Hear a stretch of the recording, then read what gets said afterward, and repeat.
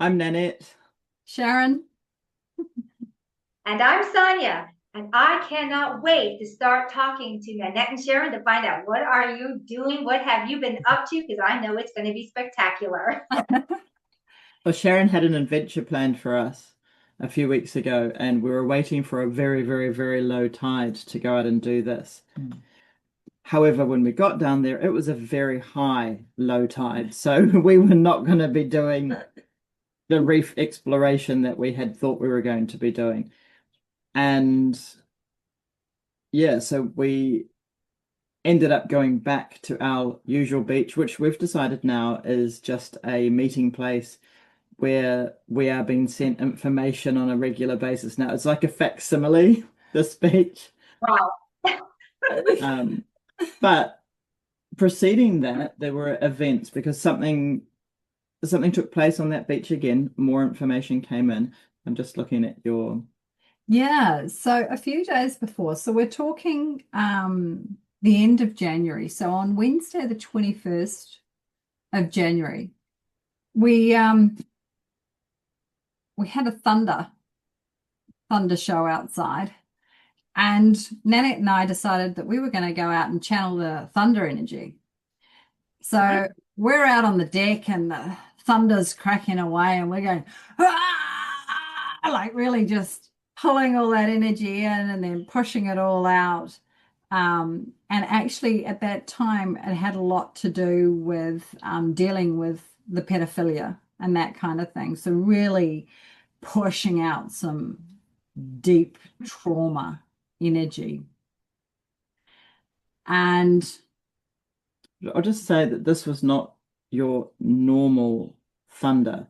This was massive and rippling over the entire sky. And wow. once we went out onto the deck and so in my mind, I was pulling all of that, circulating it all, pulling it all and bringing it through my entire body, and then using that to send back up, push out the pedophilia because of the situation that Sharon's found herself in, push back out through the entire snow globe all of the pedophilia rings, all of the sexual abuse against children, against women, against boys, against everything, reverse that and send it back through. So using the energy of the magnetic energy in The electrical energy? all the energy in the thunder and reversing it back and sending that back through the snow globe felines. Fascinated. I would love to have joined you Yeah. Well, it for was all of the victims of our snow globe. it was incredible because it was such a powerful storm and nothing about it felt natural to me. So I thought, well, I want to use the energy that these guys are bringing in against us and actually pull it through, turn it around and send it back. Because if this energy is coming from them, it's the same people who are committing all of these crimes. So to reverse it, use it, and go back through their own channels, it kind of seemed like the perfect opportunity. And when I did my roaring thunder voice on the deck, it was answering. Yep. It started answering. And it was Okay, massive. that's awesome. That's Mother Nature. That's the elementals, that's the forces, that's the energy answering. That's awesome. It was huge. Incredible. So it had been this rolling thunder that just seemed to roll around the globe. And it was interesting to hear it hit all the sides. And then as we started screaming, and then so it'd crack, we'd scream. And then at one point there was an almighty crack. Like it sounded like the sky split open. Like no longer rolling, just like this crack, like somebody was cracking the dome. Like cracking a whip. Yeah. Like cracking the whip. Yeah. It was freaky. It was freaky. I'm seeing deities or people's faces in the clouds right now. Yep. Now I'm probably seeing it through my third eye, you had a huge audience, and some of them do not look. I see lion people. I see looks like old-fashioned gods. I'm seeing beings that I can't identify. I don't know what species that is. And lion people. They look like lions. I'm actually seeing them in my third eye. Yeah, that is fascinating. Okay, it was the Lyrans, because the roaring, the cracking and the roaring, and everything you felt, they received. They absolutely reciprocated and received. And they know this has to end. This is why the world is in the shape it's in now, with the Epstein files all coming out about the pedophilia, the sex trafficking, the COVID scam to make money, to make everyone sick, so they could make their profit of 6 to 8% off each shot. Oh my God, all of it. All of it's coming up because it can't be hidden anymore. Everything has to come into the light. And with that happening where you are having direct communications with higher entity beings. All of the pictures that we took, you could clearly see quite a few faces. Yeah, I saw faces right there. They were just as clear as day to me. Oh my God, you had an audience. Well, it's interesting that you say that about the Lyrians, because Banana's a Lyrian, the puppy. Yeah, he's recently come to us. Yes. We weren't planning on having a puppy, but due to her circumstances. We weren't planning on having a fourth dog.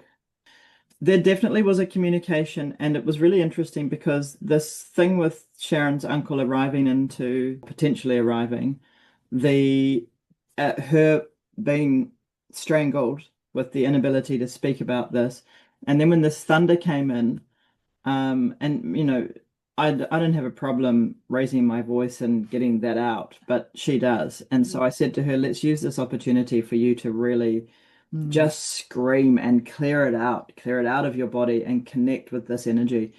And so using all of that in terms and in regard to the sexual crimes that have happened in the snow globe was what was so powerful about that.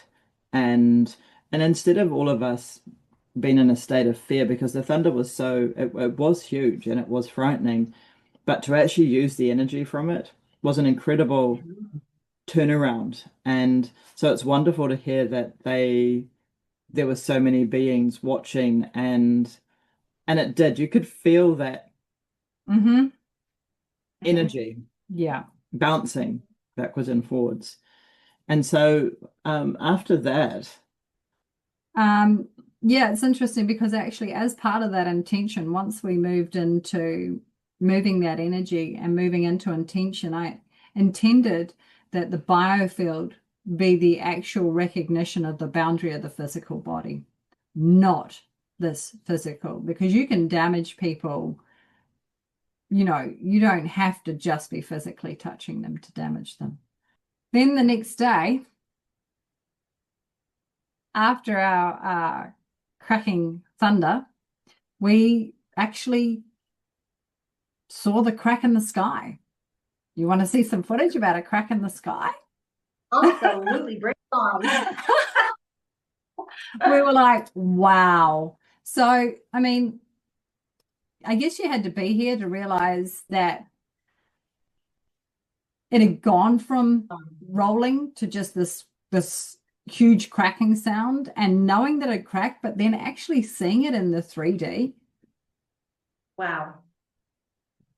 So this was on one side of our house, and then this was what opened up on the other side when the other one faded. So like there was two splits on both sides of our house. When I'm looking into it right now, it's being caused by frequency. And there's a frequency shift. All of that is geoengineering. That's not even real sky. That's all been geoengineered crap that's in the sky. But it reacts to frequency. So those heavy metals that are in the sky, you are seeing a frequency shift. or it would just be solid across if it was the same. So there's like a pocket of frequency here, and the rest of it's over there. And this material that's in the sky is actually reflecting the frequency shift. So why was it split down both sides of our house? Because you're the shift. Right. You're the frequency shift. That's why it's over you. The frequencies that you're putting out, this realm is running on 3D. You are changing inside. You put out so much of your energy. The reason the lion people or the cat people showed up, the Lyrans, is because their biggest power is, where do you think? It's here.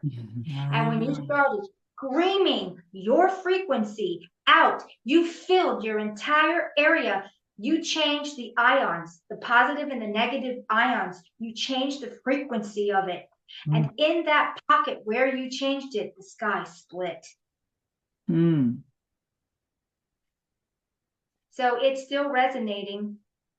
If you wouldn't have had those artificial clouds, you wouldn't have seen it. You'd have had blue skies, and it would have more looked like a shimmer, just like heat waves. But because of the artificial skies, this is why they do the artificial skies. They get their DARPA, they get their machines, and they push up their frequencies, and they bounce them off of that heavy metals in the skies, to bounce them down to wherever they need. It's making the shielding so they can affect any area depending on how the angle is to bounce it back down. You did the same thing with your voice. Which was the same thing with the stalactites. Yes. That stalactites was really awesome, where you hit them and they reverberated like the old bells in our reality. They were smelted to a degree where they were always staying warm. And when you would hit them, their resonance would go on and on and on, where if you have a tuning fork, it's for a couple of seconds, maybe 10 seconds, where the bells, just like the stalactites, because they are smelted, but differently, instead of physically being smelted, they were smelted a different way. And when you hit it, it's and affecting that artificial sky.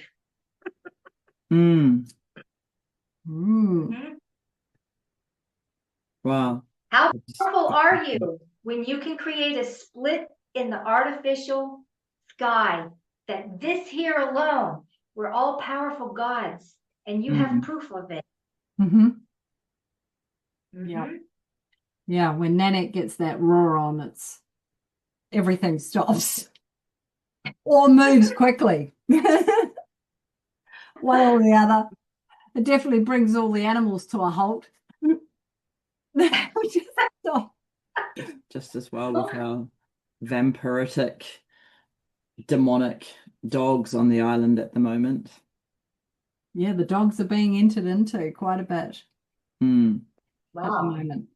Yeah. Not our dogs, but yeah, lots of packs and fights and yeah, that voice has come in quite handy for stopping that. Cool. And you've had that full moon, and they're behaving like moon sickness, the mad moon, the full moon with moon madness. It's when hospitals fill up and there's more chaos and yes. Yeah, the moon madness this month was off the charts. I've never felt it like that, not that strong. So after the split, the next day, the goats wander freely here, and this time when we saw them, I decided to go over and tell them all to stay away from the light. Nanette's a street preacher. So this is our beach. This is what we walked down to. And this rope that you're looking at, can you see that rope? Yes, the green one? Yeah. Is gigantic. It's woven like a bracelet. So it's not like any tie that you would find on a boat. And it comes into one central point, and then it's got a long, like it's been on somebody's foot. Wow. We both saw when we walked down that it had come off a being that had been kept on a rope, and that being that was on a rope has now been set free, and that we were being told this information so that we would know that it's now free. And one of the things that's really interesting about this rope that I just want to share with you before we ask you to have a look at this is when we had baby boy on a rope and then he wasn't on a rope, this kind of continues on from that story of being captive, of being on a rope, of us letting them off the rope, of them killing him. And this was the same beach that baby boy's intestines were being smacked on the rock. And so it's also the same beach that we found the walls. And what we both saw was a dragon or a griffin has been set free and is now in the 3D, and that they wanted to share that information with us. Yeah, there's the join point, and then it just goes into a single. And it's interesting because actually where it's severed, it hasn't been gnawed off, it's actually been sliced off. Wow. Yeah, so that goes for about 4 meters long, the extra piece. Oh. Are you able to see what the story of this rope is? Yeah, let me see what that was actually attached to. It was on the foot. It was on the foot. And it was around the foot. It could never get out of it. It's like, you know, when you take a bird and you can put something around its foot and it can still fly, but you'll hold on to it like a kite. That kind of a thing is what I'm actually seeing. And it had wings. And it does kind of look like a griffin. It's a griffin because it's got wings. It was on the foot. The reason it's got the long thing is so that it could fly. It could go around. It can fly, but it can't leave. Right. It's interesting like because we had a griffin. Dog. Yeah, we had a griffin in the sky the night before in the clouds. I'm not sure if you saw that in the sunset. And so now this griffin is in the 3D reality, right? This griffin. The griffin was literally, he was in, I don't know what density he was in, because the griffin can shape shift into, it's not like he's shape shifting his body, but he's shape shifting frequencies. So when it was released, he was free. He's not here in 3D anymore. He's gone. He's gone. He's going to come back. He probably will, with enforcement. Well, so probably. Why were we given this message? What was the intent for us to know this? As he was changed, so will humanity become unchained. As the griffin was unchanged, so will humanity.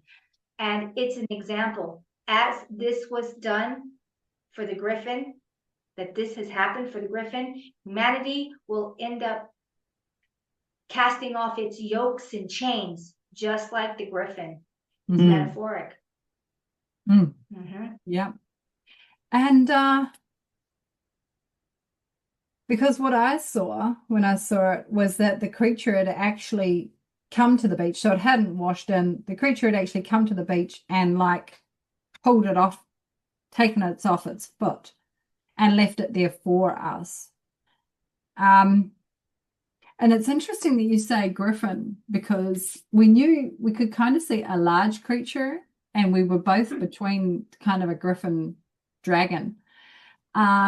And also you've talked about the griffin being involved with the fates, right?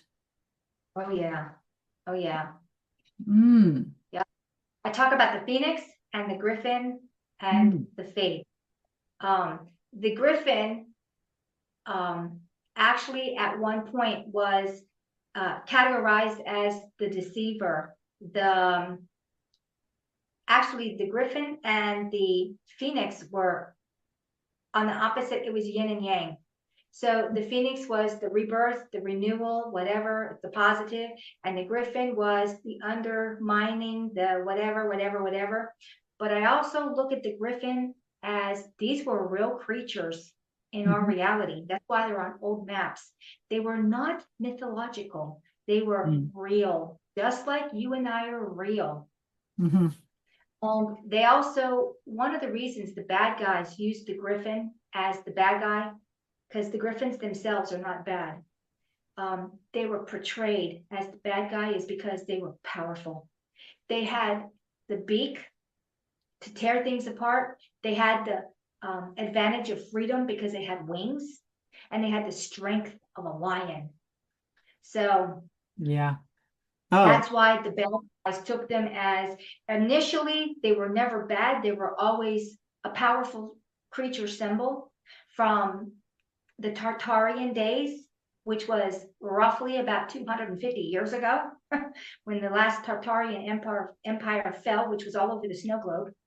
And then it was twisted.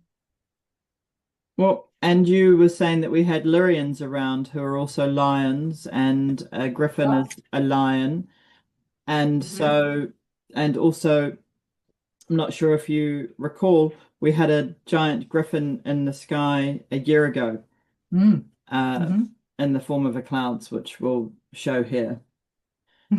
And Griffin has always been the symbol of the world that we used to have, the forgotten world that this place was, and it's Tartarians, because everyone in this snow globe was one unified Tartarian empire, and we lost that empire.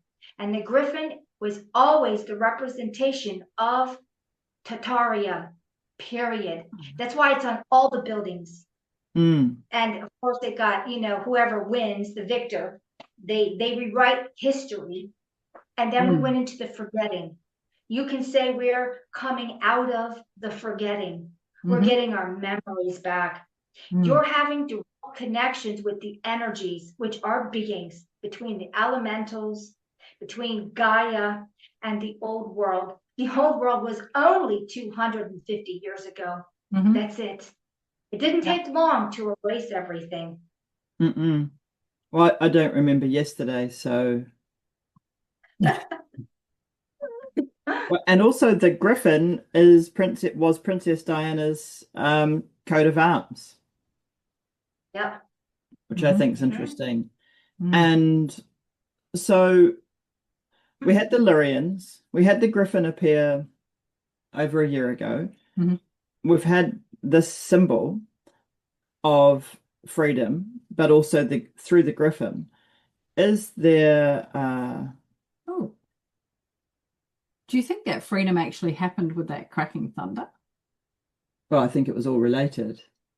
Maybe that's what that fight was. Yeah, can you look at that whole period? So us on the deck, the Lyrians in the sky, and this griffin being freed, and give us a deeper look into that. Who had it tied up? Where was it tied up? Yeah, what was just a broader look at these few days with this story? Okay, so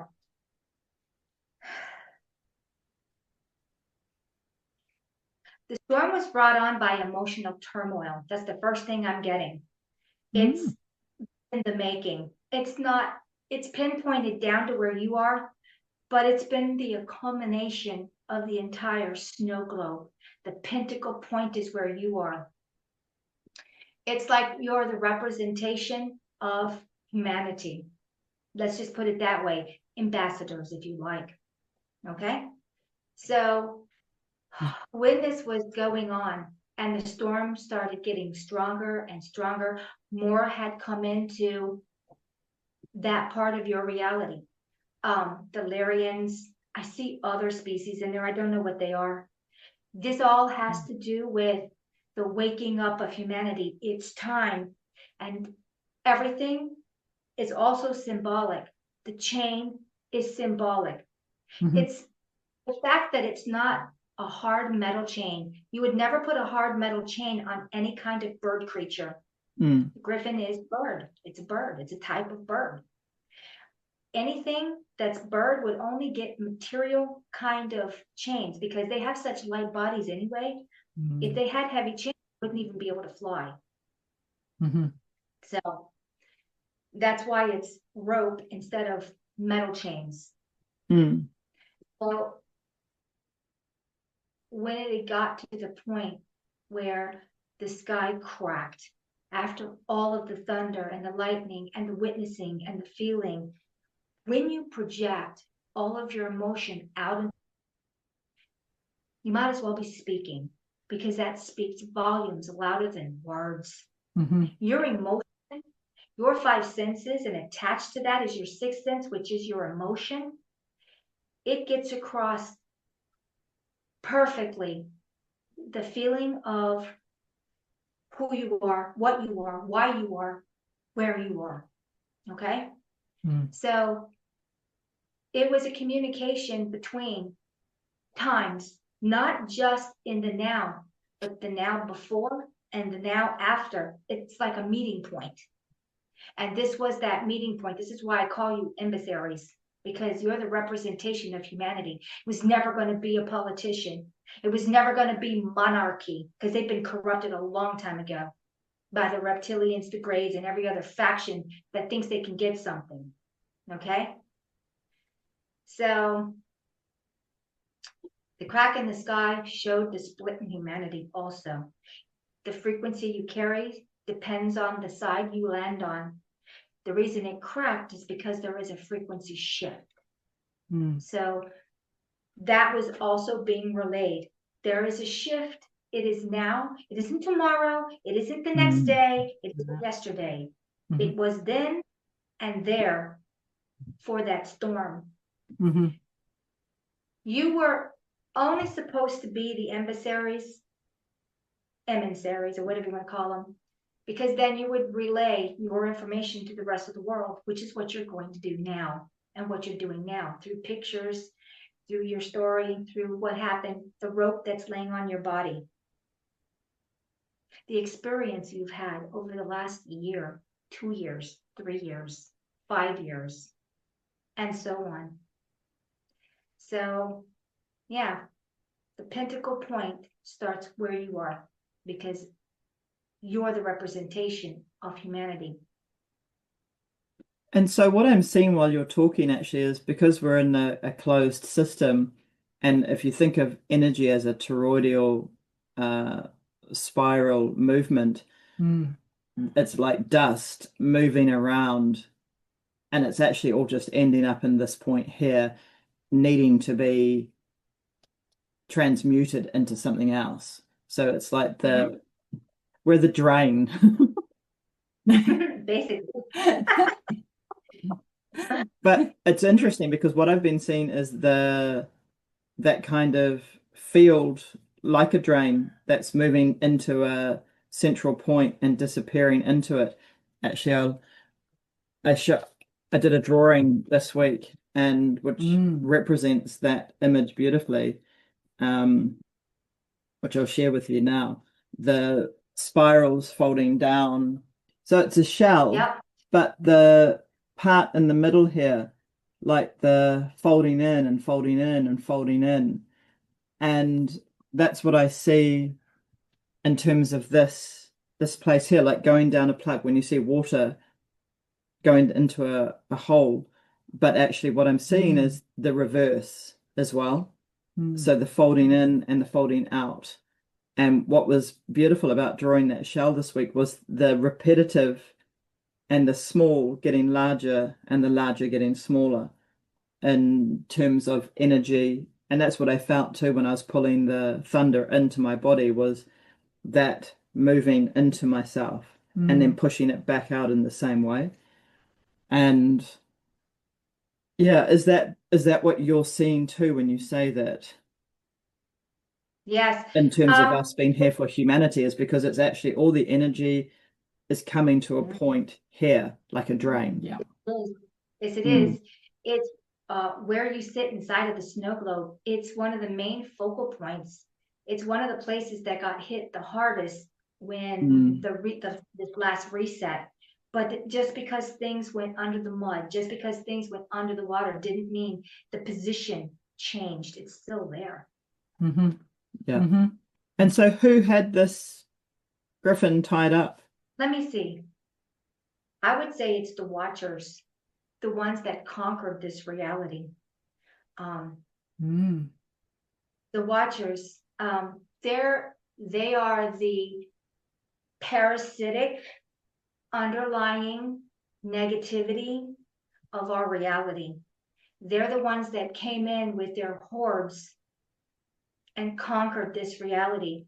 They have high technology because they're half AI. Okay? It's not that they are like a Viking or a barbarian. No. High technology. This place at one time had the high technology, but here's the difference. The technology here was for making a better life. It was always for defense. Defend, and regenerate energy to be beneficial. The thing that came in from the outside of this reality, they're always the opposite. They're the conquerors. All of their technologies are on conquering, controlling, taking over, wiping out, subduing, and they have high technology. And we did too, but it was both in technology, and it was never for conquering. So this place didn't defend itself well because it was never meant to be in war. And so who set the griffin free? We did. The collective did. We did. We set it free by breaking the bondage here. We started to break the bondage here, and the symbology was you hit a certain point in the human population where the griffin could be set free. And the griffin represents knowledge of the old world, that insane asylums were done to put it down, that people were murdered to put it down, that narratives, buildings, everything was destroyed to put down what we were. And setting the griffin free means we've set something in motion here, a frequency point, a knowledge, ability to take on that knowledge, understand that knowledge. It's a metaphor. You're ready. You're ready for the truth. You're ready to take back your world, back your reality. And it's time. Yeah. It is time. Can you actually see if the griffin is still here in this reality? And are you able to communicate with them? He's actually in a higher frequency and gathering. Okay, so setting that griffin free. That griffin wasn't just any griffin. That griffin has a purpose. When the griffin was tied and bound, it was a representation of humanity. It stood in the stead of humanity. It took its place as the reflection of humanity.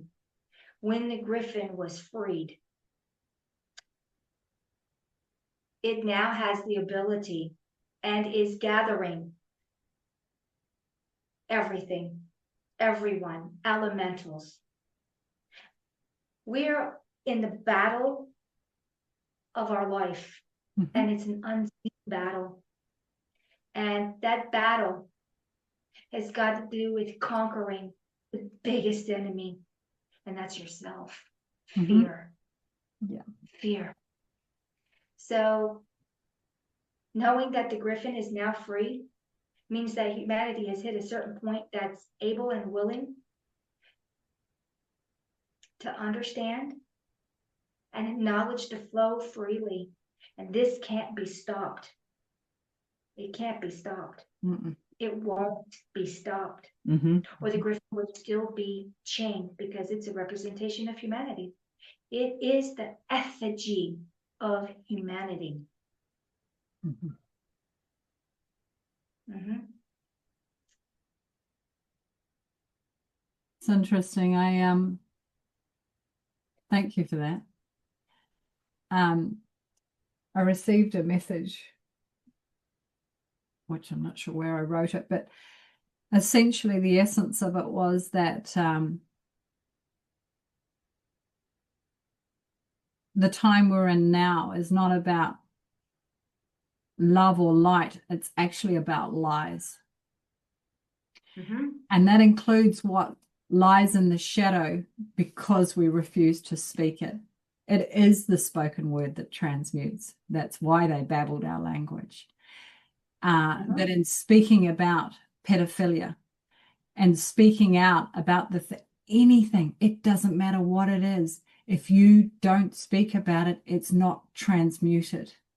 So that's the challenge that I see for us right now, is to speak about anything that you find difficult to speak about. It doesn't matter what it is. If you find it difficult, if it chokes up your throat chakra, speak about it. And you know, we're in that place now where really to transmute this swiftly, we can't be in a place of blame. We've all been caught up in this amnesiac state. And we actually, in order to transmute, need to recognize, yes, that potentially we've all been victims, but also in that victimhood, realizing that at some point we probably all chose this. And that then puts a flip on the concept of being a victim. And then also moving into speaking about absolutely everything. We cannot leave any stone left unturned. That's, I believe, the phase that we're in now. And, you know, when you're talking about choosing this, you're referring to the fact that we've come in to gain information so that we can transmute. We can transmute the light and move through this, because the only way to move that energy is by experiencing it ourselves, embodying it, living the life of it, and moving it through and out. Yes. And the transition from dark to light, low to high. It's like, I see it like the mind has been trapped in 2D. So yes, we're in 3D in some manner, but the brain has been held back in 2D. It's why we see everything dualistically. There's the good, the bad, the right, the wrong, and transmuting is finding that other way. Because otherwise we're just locked in a war, either with ourselves or with each other. Exactly. And this is how we become a strong collective, is we talk about it, we transmute it, we are the body, we are the bigger part of this pyramid. They want us fighting amongst ourselves, hating on each other. Thank you, Sonja. Yeah. It's exciting. You're welcome. This was very, very interesting. I'm thinking of everything. I might not be saying things. I am thinking and looking at everything, because this was quite a revelation. I mean, do you realize how big this is? The Gryphon's been freed. The Gryphon's been freed. And this goes back to Parparia. This goes back to what we were supposed to forget, who we were, what we were, why we were, what we stood for. It's free. If there was anyone wondering, is it time to release the information? There's your cue. There's your cue. You got it. Here is the thumbs up. It's time. It's very exciting. Very exciting. And I think to mark the occasion, a couple of days later, there was an object that flew through the sky. Let me look into that and see what that actually is. So it stayed up longer enough in the sky for people to get out cameras and take pictures and footage, and very close by to us. That's actually a craft. Yeah. It is a craft. A craft. Yeah. That's a craft. That is not a meteor. That is a craft. Is that craft looking for the Gryphon? Let me find out what that craft is doing. Yeah, they're looking for something. I don't know exactly what they're looking for. They're definitely looking for something. Well, it's interesting because the military arrived in the Big Island as well. So the Gryphon was freed, and then the military arrived. And so we've had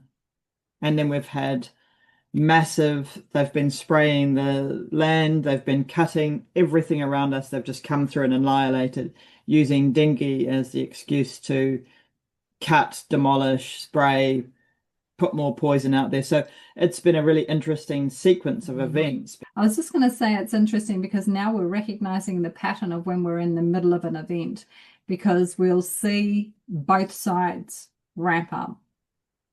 You'll feel intense energy, and you'll watch everything just kind of move into some kind of flurry, like everything is moving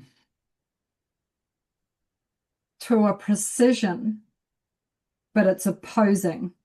Well, on that note, Sonja, thank you so much, and speedy recovery. And I look forward to, or we look forward to talking to you again very soon. Thank you, Sonja. Thanks, Sonja. Thank you, Sharon and Nanette, and I'll talk to you again. Bye. Bye-bye. Bye.